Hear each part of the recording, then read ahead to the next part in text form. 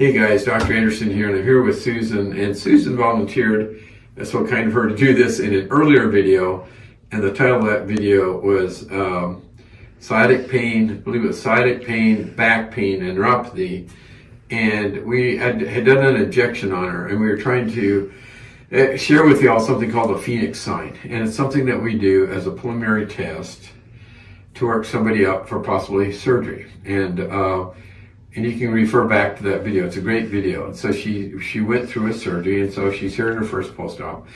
And what we did surgeries on some nerves in the legs. One of them is called the superficial perineal nerve, this is covering up that incision, and then another incision up here, and this is called the common perineal nerve, okay? We, in the video, had injected this area. And the Phoenix sign is something where we put a little bit of local anesthetic underneath the skin, but right above the nerve, the common perineal nerve, and we use ultrasound to do that. So why this nerve? Well, this nerve, common perineal nerve, is a branch of the sciatic nerve. This nerve, we found, has been implicated in back pain sometimes, and sciatic pain. And so many times for over 20 years I've been doing surgery on these nerves to get rid of the neuropathy symptoms from the knee down. A lot of you might have burning, tingling, numbness from the knee down. And we here believe, and I was trained by Dr. back at Johns Hopkins over 20 years ago, to open up nerve tunnels that can become tight, and just like carpal tunnel surgery, we open these up and you can reverse your neuropathy. But the side effect we've been noticing through the years is it does have a positive effect on back and side pain. So we did the injection, and remember, Susan, it was like, you could tell improvement right away. She's about, 5 days out from surgery, and right now can tell there's a difference. Well, you just tell them what's happening compared to the left side. What I noticed is that I normally have a lot of back pain on my right-hand side, right? Especially in the morning when I wake up, or at the end of the day when I've had a long day at work, and I haven't had that now.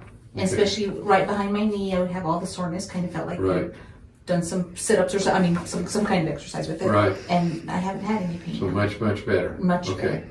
Big difference already, but you can tell sizable difference to the left side. Was the right side always the worst side? The right side is my worst side. But now you can tell the left side. Yes, because now I have left pain, but it's not being masked by the right side. Right, exactly. That was like 20% more. Right. Yeah. So, usually, hopefully it's just going to continue, and that's usually the case.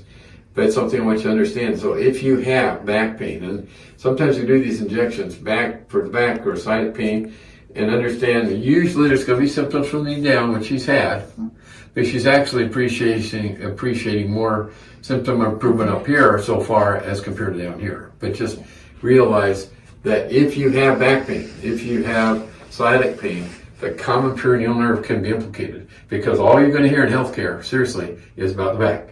You're going to hear about injecting the back. You're going to hear about surgery in the back. You're going to hear about, nerve stimulators in your back. But really kind of reboot how you think, because this can be implicated. And what it is something called the double crush, which I should have mentioned earlier, but this is really important. If double crush simply means if she has compression in her nerve tunnel here, the common perineal nerve, and she has compression going on the back, maybe MRI shows that, maybe she's seen a neurosurgeon, orthopedic surgeon, they're saying you have compression going on, it looks like you do. Double crush theory simply means if there's compression there, the nerve is maybe being squeezed and pinched, and there's compression going on here.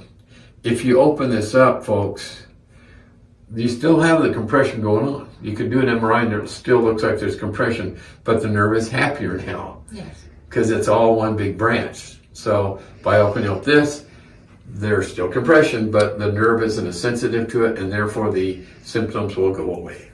And that's called double crush theory, and that's what the injection proved. And now following up with that, that's what the surgery's proving too.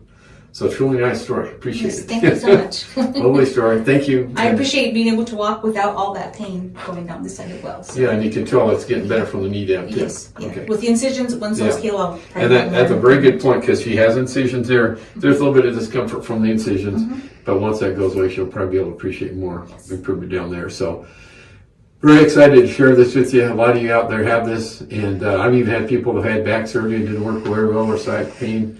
And back surgery and didn't work well, and we do this and they get better. So it's another thing that you need in your toolbox that we have here to consider in case you have symptoms like this. So thank you for watching, appreciate it, and Thank you for Thank you. volunteering, and hopefully this is useful. Please share it with anybody else out there, and please subscribe to our YouTube channel and ask some of those really good comments and questions. We'd appreciate that. So thank you.